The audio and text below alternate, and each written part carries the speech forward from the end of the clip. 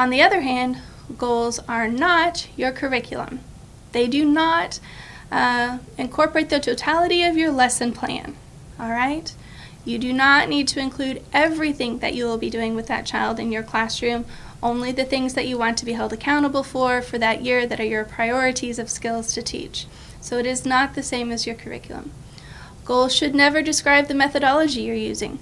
For example, if you're using a picture exchange system with your student as an alternative or augmented communication format, we don't want to include PECs in our goal. That would be describing methodology. We can, on the other hand, clearly define what we mean by the child will use a photo and initiate an exchange with someone in order to express himself. That would be clearly defining, but we're not actually going to include the methodology name of PECs.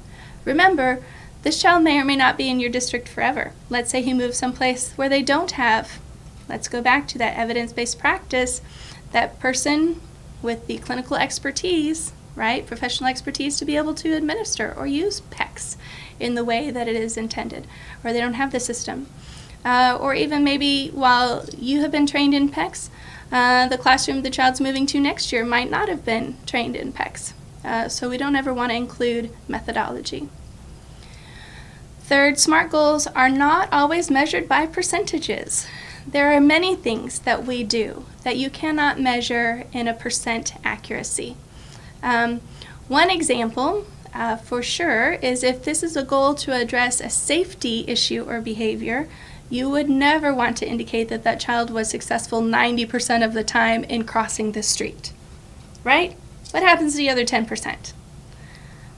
That simply is just not the type of goal that at a percentage is going to be an appropriate way of measuring. We'll talk more about data collection and making them measurable as we go through some examples. SMART goals are not benchmarks, and SMART goals are not objectives.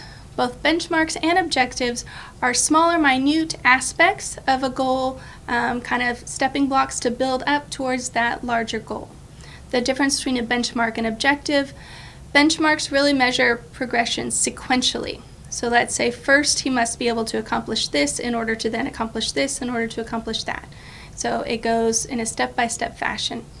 Objectives, on the other hand, are smaller components, for example, like if you've done a task analysis, but each component can be taught in isolation, and they don't rely on one doesn't rely on the other in order to continue to progress. So you could focus on several objectives at the same time, and they're non-sequential.